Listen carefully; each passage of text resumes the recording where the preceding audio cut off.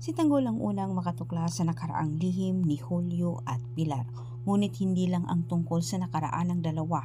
Matutuklasan din ni Tanggol ang tungkol kay Gustavo at Tinding, si Marites ang bunga. Samantala, unang niligawan ni Tanggol itong si Kapitan para sa kanila kuno mapunta ang suporta. Hindi nabigo itong si Tanggol dahil dito mabilis nakalipad papunta kay Tinding ang plano ni Tanggol. Kinakabahan itong si Tinding para kay Tanggol, natatakot siya. Kakausapin umano niya ang kanyang apo para pigilan. Samantala, nagulat na lang itong si Divina sa impormasyong nakuha ng kanyang tauhan sa pagpapaimbestiga ni Tanggol dito kay Olivia. Kanilang natuklasan na si Olivia ang totoong unang nagtimbre sa NABCOM patungkol sa transaksyon ni Ramon. Sa kabilang banda, natunto naman sa tauhan ni Pilar kung saan ang pwesto ni Tinding. Gusto niyang ipakuha itong si Tinding para harapin kuno. Sa parehong araw at oras, balak naman ni Tinding na harapin umano itong si Tanggol para siya mismo ang kumausap sa kanyang apo.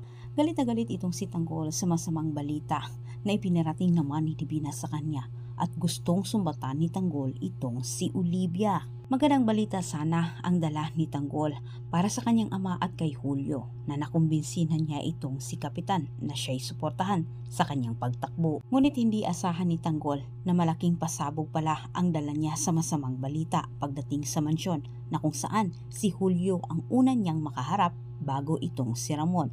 At si Julio pa mismo ang nangungumbinsi kay Tanggol na huwag umanong ipaalam kay Ramon ang natuklasan nito. Plansyado na sana ang plano ni Tanggol sa kanyang pagtakbo. Pag uwi niya sa bahay, hinanap si Ramon pero si Julio ang una niyang naharap. Si Julio ang sinabihan ni Tanggol sa kanilang natuklasan.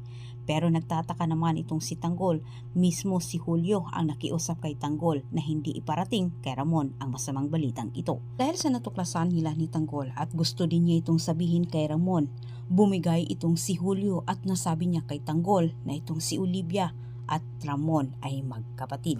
Antabayanan po yung susunod kong update. Maraming salamat sa panonood. Huwag niyong kalimutang suportahan ang aking channel.